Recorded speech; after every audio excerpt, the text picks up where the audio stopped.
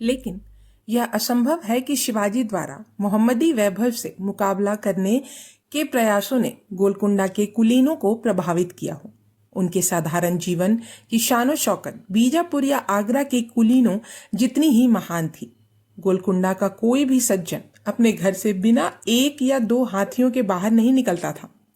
हौदों के ऊपर झंडे लहराते हुए 50 या 60 घुड़सवार, तुरही और बांसुरी बजाने वाले और लाक्षाकार भाले लिए हुए और बढ़िया नैपकिन के साथ मक्खियों को भगाते हुए कुलीन व्यक्ति स्वयं एक चांदी और बैगनी रंग की पालकी में सवार होता था, हाथ में फूल लिए हुए, तंबाकू पीते हुए और अत्यंत लापरवाह स्वभाव का प्रदर्शन करते हुए।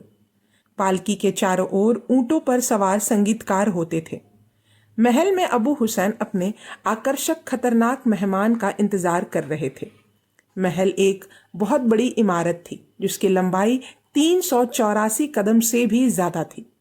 मुख्य प्रवेश द्वार के सामने एक ऊंचा बरामदा था जहां शाही संगीतकार दिन में कई बार अपने वाद्य बजाने के लिए आते थे जब राजा शहर में होते थे।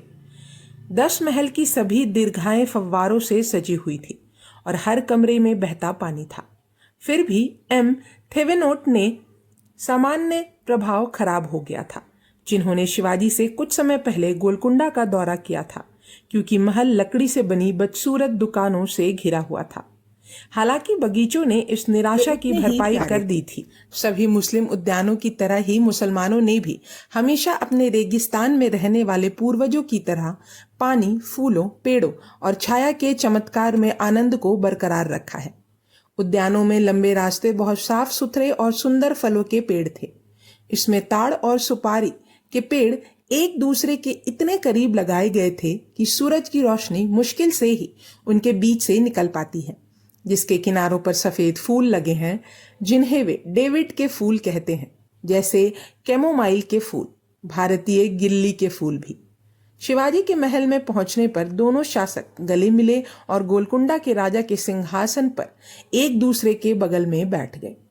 सेवक उनके चारों ओर मसालों की थालियां और लंबी गर्दन वाले सोने के थूकदान लेकर खड़े थे। परिचारक पारंपरिक गोलकुंडा वेशभूषा में सोने की पट्टियों से सजे कठोर मलमल के कपड़े पहने हुए मोर के पंखों के गुच्छे से उन्हें हवा कर रहे थे। पक्षी रत्न जड़ित पिंजरों में गा रहे थे और नीले या लाल रंग में रंगे घोड़ों की पूंछ पर सोने का पाउडर लगाकर उन्हें जुलूस के रूप में आगे बढ़ाया जा रहा था। कई घंटों तक दोनों राजाओं ने बातचीत की।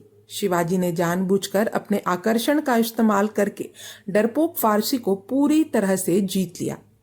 बाद वाले ने, जिसने हमेशा शिवाजी के बारे में एक जंगली पहाड़ी जंगली के रूप में सुना था जो केवल विनाश और इस्लाम के विनाश में आनंद लेता था, शिवाजी की शिष्टाचार और प्रशंसा के आगे तुरंत झुक गया। उसकी बड़ी उदास आंखें शिवाजी के चेहरे पर घूम रही थी और उन नाजुक विशेषताओं और उस आकर्षक मुस्कान में कुछ निशान तलाश रही थी। मुस्लिम किवंदती का राक्षस। जब शिवाजी हैदराबाद में अपने निवास के लिए अलग रखे गए महल के लिए जाने के लिए उठे तो अबू हसन ने उन्हें फिर से गले लगाया। एक चांदी की चम्मच से उनकी कलाइयों पर गुलाब का इत्र लगाया और उनके जलपान के लिए पान के पत्ते का एक लिफाफा दिया जिसमें सुपारी और इलायची की मिठाइयां थी जो उन्होंने खुद तैयार की थी। कई दिनों तक दावतें और उत्सव होते रहे। अबू हुसैन हर दिन शिवाजी और उनके कप्तानों को गहने, कपड़े, घोड़े और युद्ध के हाथ ही भेंट करता था। पश्चिम से आए असभ्य पहाड़ी लोगों की आंखों के सामने गोलकुंडा की दौलत का प्रदर्शन करने में उसे बचपन जैसा आनंद आता था।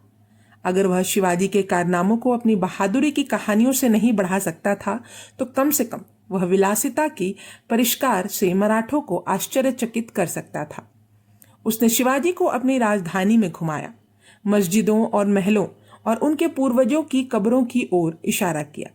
हरे गुंबदों के साथ काले पत्थर की बड़ी चौकोर इमारतें, इनमें से प्रत्येक मकबरे में ताबूत को कालीन से ढका गया था और कब्र पर एक सैटन का पल्लू था जिस पर सफेद फूल लटक रहे थे।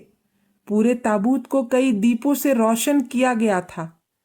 एक दिन जब शिवाजी ने गोलकुंडा के प्रमुख युद्ध हाथी के आकार और भव्य साज सज्जा पर आश्चर्य व्यक्त किया तो अबू हुसैन ने कहा, लेकिन क्या आपके पास अपना कोई युद्ध हाथी नहीं है?